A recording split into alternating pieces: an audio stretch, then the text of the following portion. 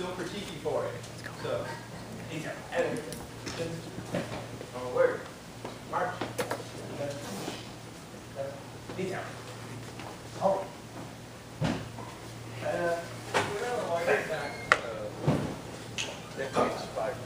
So right now they're facing the flagpole, and the hidden Haley's on the side of the lockbox. There will be a key in the wardroom that you will take. It's attached to like a relay baton, and that person will unlock it.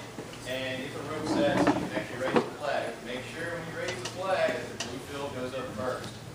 If it's not, fix it. The flag will be up by 0700 every day, and it'll be taken down at close of business 1700.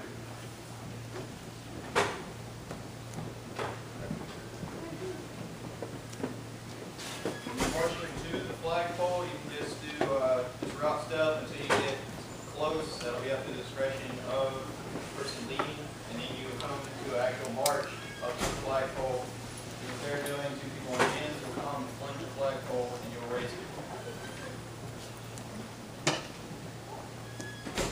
Ready? Go.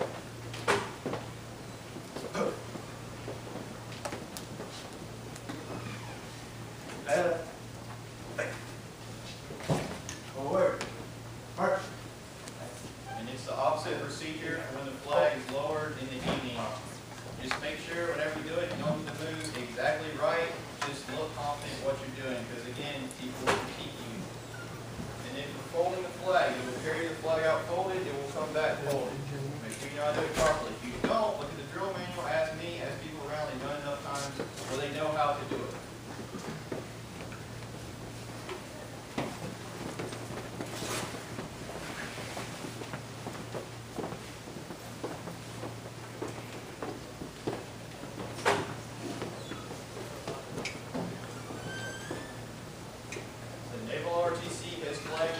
September, December, and March.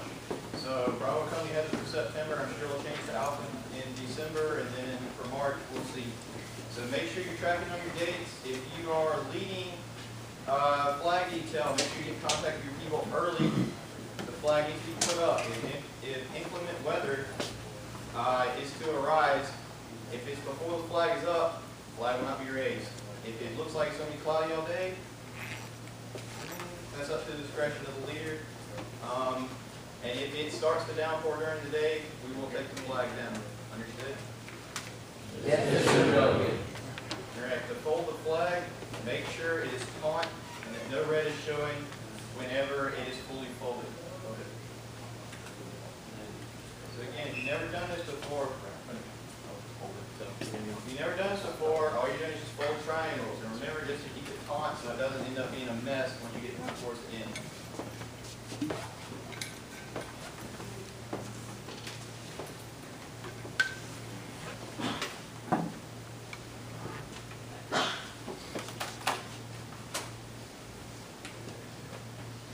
Any questions about flag detail? Yes. Are there any days in the month of September that the flag will go up to half staff? I will get back to you on that.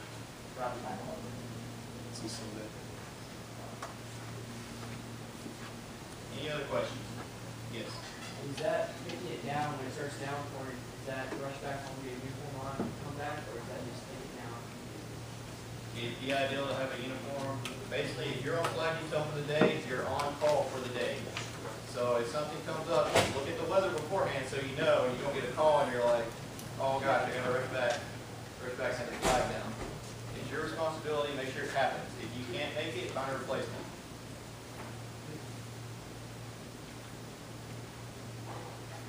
So again, no red showing, nice and taut, you'll tuck in the end, and then when you carry it, it'll be across your chest, the leader will have it. Like I said, the first person leading will have the baton with the key. Please don't forget it, this flag will be with the key in the wardroom on top of the cubbies by the iMac TVs, computers that nobody ever uses. So, are there any other questions about flag detail? Because it starts tomorrow. Cool, so make sure you're tracking on your dates. Thank you.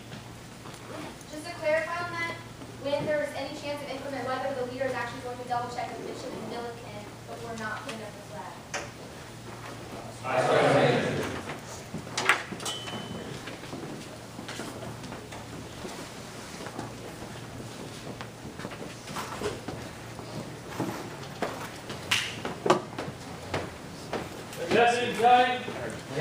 sir.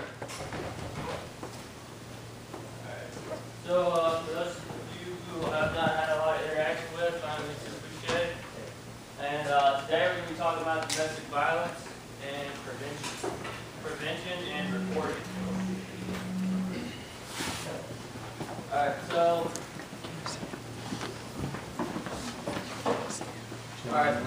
just a basic overview of what we talked about. So we've got our basic definitions of what classifies domestic abuse, violence versus child neglect, because there's some differences in there that you should be aware of. We'll talk about some of the risk factors as far as who is at risk or more likely to be abused or subject to violence. We're going to talk about how domestic violence is punishable under the UCMJ, as well as the process for reporting, such as restricted and unrestricted. And then we'll give you some basic, there's some resources here at the school, as well as Big Navy, if you ever need to make a case or make a report. So kind of to start out, who can tell me what domestic abuse is? Anybody? So domestic abuse is either from the man, could be spousal abuse or just abuse within a family or a home. It can be the woman to the man, the woman, and another man, and woman to another woman. It can be to family members. It can be to close friends. Alright, so according to Big Navy, domestic abuse is a pattern of behavior resulting in physical, psychological, emotional abuse to gain control of somebody else. So abuse is correlated to a pattern. So it's not just one specific incident where there might have been some things said that could be classified as abuse, but it's typically an ongoing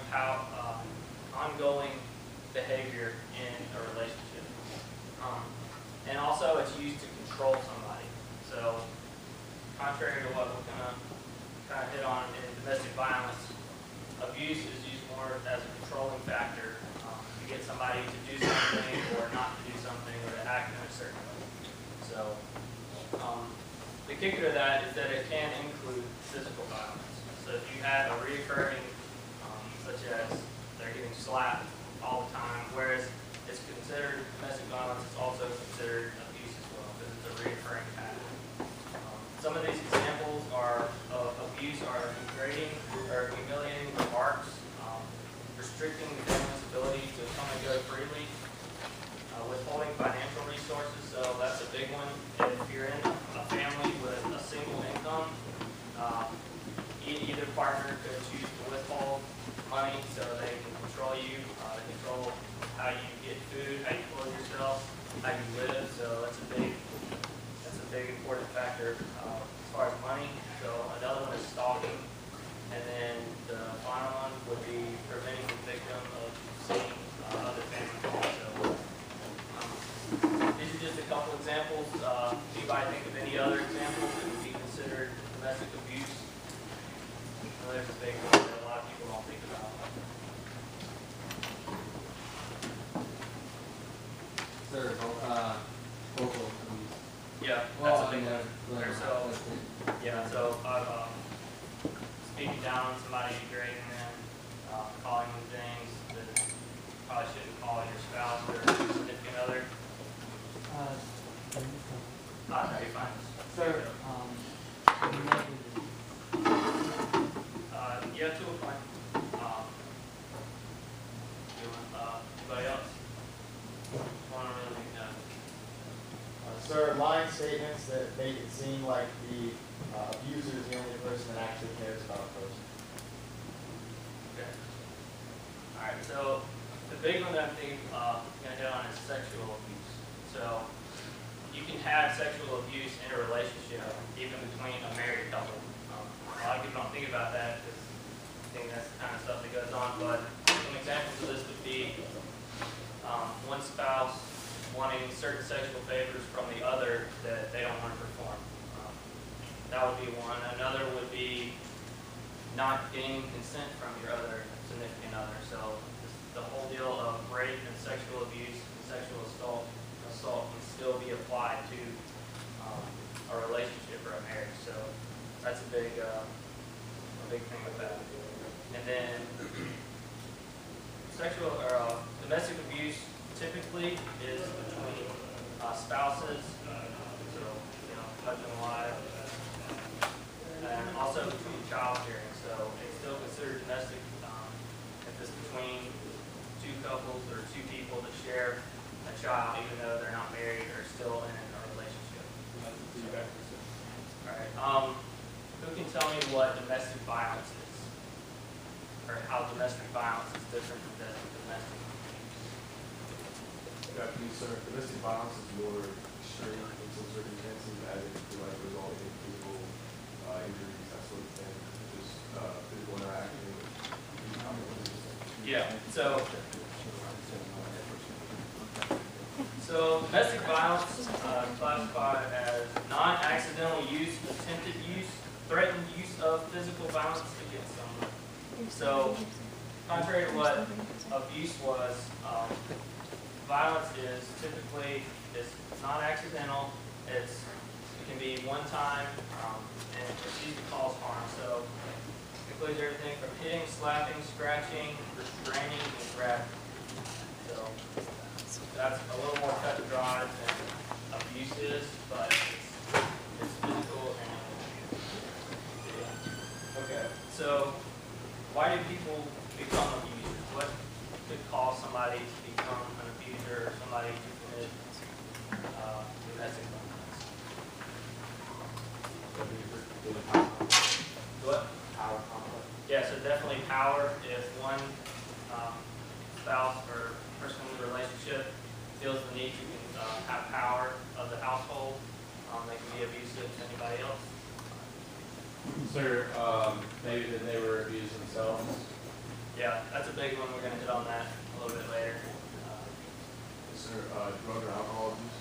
Drug or alcohol abuse, okay. Operational stress or work-related stress. Operational stress, the need to feel, going kind of about back to the power, need to kind of feel like they're in control of something when they get back home, so they can be, in control due to stress at work. That's good. A big thing is a lot of people think it's normal if they're being abusive to somebody. Maybe they were being abused as a child, and so they felt that it was normal to abuse those that they were. Also, the media. You see abuse in households, movies. It's all in the media. So that's just something that's always shown to us, and something that a lot of people relate to. So that's why they become abusers. All right. So I've got a couple questions. More questions with statistics. All right. So just whenever I ask a question or make a statement, it's either a myth or a fact. So if you feel like you know the answer, just raise your hand and I'll call on you. All right. So myth or fact? Domestic violence is rare. Myth, sir. All right. Yes, that's a myth. So it's estimated that it ranges from almost 1 million incidences of violence against a current former partner to 4 million people are physically abused each year. So it just shows how present it is in the area. Okay. Next statement: domestic violence is confined to people of low economic status. Myth. Okay. Yes. Myth. So reports from police and victim services and studies show that domestic violence is present in every socioeconomic group regardless of race or ethnicity. So that goes to show that it's all the way from the top to the bottom as far as the presence of domestic violence and abuse. Okay, and we'll do the last one. So statement: males are responsible for more domestic abuse fatalities than females. Is that right here? Myth? That is actually a fact.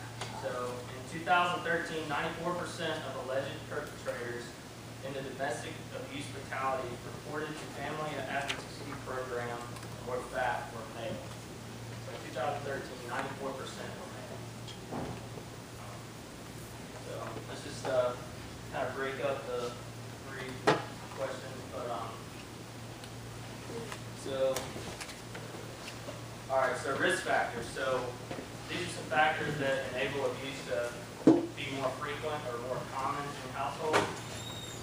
So you've got holding attitude for abuse or physical violence within the household. You believe that those are okay. If you have those, then you're more at risk. Definitely belonging to a group that uses abuse or physical violence as a means to an end. So I know there's certain gangs, certain clubs and groups that are violent and abusive on a regular basis. So if you're a part of one of those groups, then you're more likely to be abusive at home. Living with unresolved or chronic relationship issues. So if you have consistent ongoing problems between your spouse or your intimate other, then you're more likely to be abusive. So it's best to try to resolve your problems as quickly as possible. Substance abuse, so alcohol, drugs, things like that can really hinder your ability to make decisions. So you're more likely to be abusive. One of the segments I left out was talking about alcohol and drugs. If that's the leading factor to abuses and violence within relationships, and it's actually admitted that although there are higher rates for people in that do use those, it's not proven that it's from year to year it varies whether they actually use that statistic. So another big one is depression. So if somebody in your family or one of the spouses is really depressed all the time, then they're more likely to be abusive or can be abusive because they, again, need that uplifting. So if they have control or feel like they're in control, then they'll be less likely to be depressed. So that's that one. And then as we discussed earlier, financial problems. So whether one person in the relationship always likes to go out and spend all the money, and so now you have financial problems, then the other is more likely to be abusive or to be violent because things are falling apart at the house. And everybody knows that money is what really keeps you going. If you lose all your money, you're kind of struggling. So that's another factor that can enable domestic violence and abuse. With that, why might someone not want to get help if they're being abused or Embarrassment. yeah, definitely can feel embarrassment. What else? There's a bunch of them. Yeah, definitely. Because of a lot of things, if you report something up, then the fear of retaliation.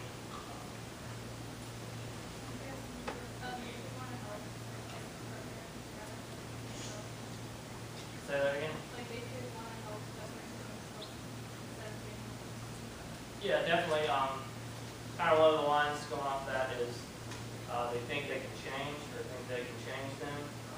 That's pretty common when people are asking, why didn't you report this or why didn't you do something? It's like, well, they can change. I know they can. Typically with people who are domestically abusive or violent in a household, it takes a lot more than just saying that you can help them. Here's just some of the ones we talked about. Big one, denial of the problem. So they abuse it and that bad. A lot of people who are in abusive relationships don't realize they're in a relationship like that. So that's a big one. Is just the education they know what's really going on.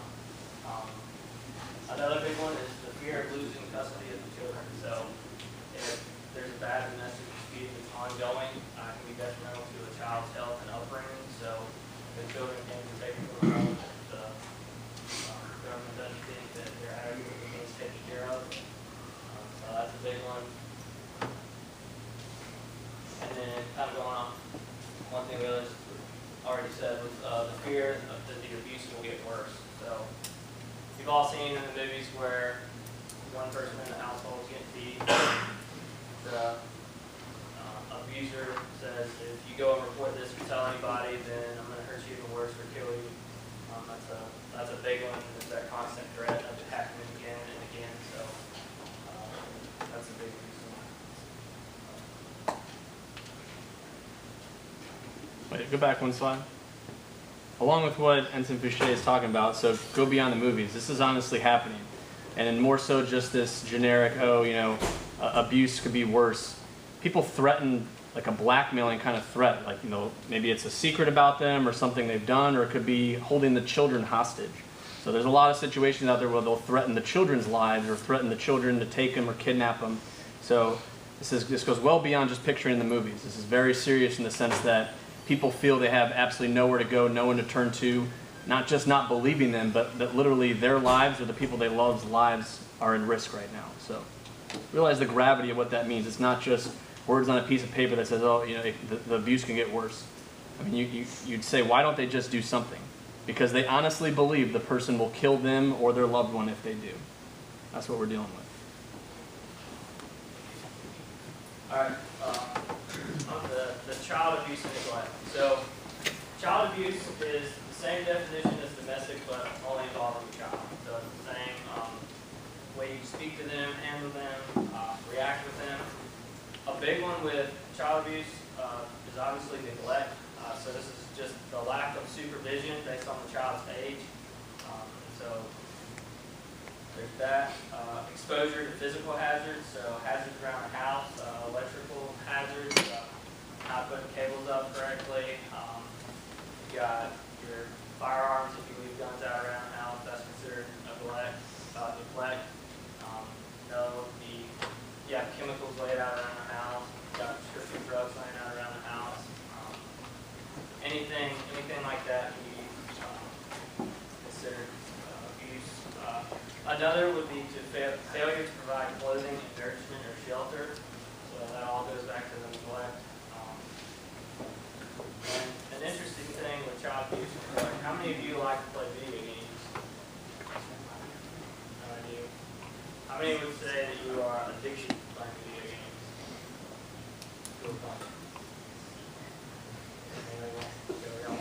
Okay. Surprising, but the Navy actually has documented cases of where children have died due to neglect while parents were playing video games. So it's everything from leaving their children outside, playing, get dehydrated, and go down to there's a list of a lot of things that can happen, but there's actual documentation of child neglect due to Navy personnel playing video games. So just let that sink in that to have a kid perish because he's playing a video game. So that was really interesting.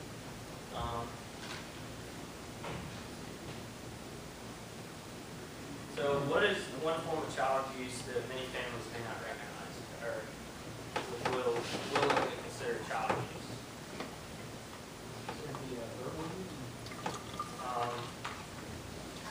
Not really what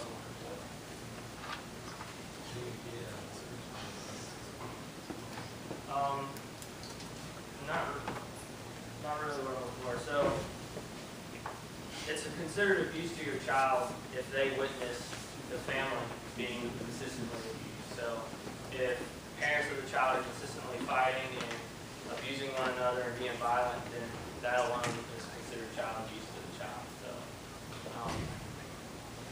why is this important?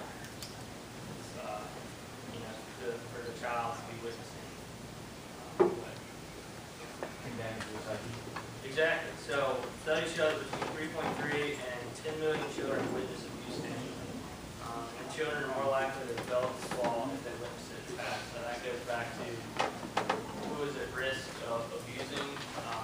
Definitely children who've been brought up with abusive parents are more likely to develop this habit over time.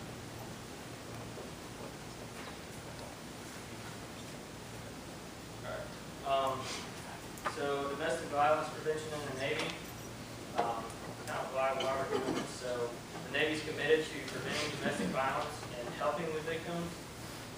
resources for families, we'll get to, as well as the victim advocates, and providing domestic violence prevention education. So, giving you the information on this topic so there's not any more confusion on what classifies different things. And there's no confusion about the reporting process.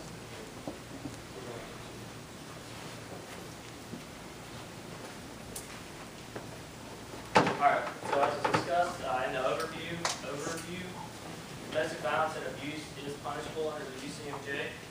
Just to highlight it. So, Article 92, failure to obey an order or regulation. It says you shall not domestically abuse or hurt anyone in your household. If you do that, then you disobeyed a direct order. Do not do that. As I said earlier, so rape, if it's anywhere outside of the family, it's punishable. Maiming, does anybody know what maiming is? Definition of maiming? No? Go ahead. Yeah, so it's causing permanent physical harm or body damage. So if one person in a relationship breaks the other's hand, being abusive or causing violence, and is permanent damage, then that's considered definitely assault. And then Article 134 is just kind of a generic article if they feel like it doesn't fit into one of the other categories that can be covered under Article 134. Alright, and next we got the Ladensberg Amendment of 1996. So originally, the Gun Control Act disallowed anybody convicted of a felony to possess a firearm. And when the new amendment was put in place, it bans anyone convicted of a misdemeanor involving domestic abuse or violence from obtaining or handling a handgun. So, as far as the Navy goes, why is this? How does this affect you, or could potentially affect you in the future? That's what you're right. Well, if you can't handle a gun, then that means you can't be in the armed forces, or your career's over. Exactly. So, a majority of your jobs in the Navy, in the military, period, will require you to handle a firearm at some point. So, specifically for Navy, you can't be on a ship any longer because most watches, most things like that, you're going to have to be at least able to carry a firearm. So, pretty much, if you're allowed to stay in after you get convicted of one of these, you're probably going to be working a desk job if you get to stay in. So that's why it's a huge deal not to have this occur, because you're pretty much ended your career as you know it.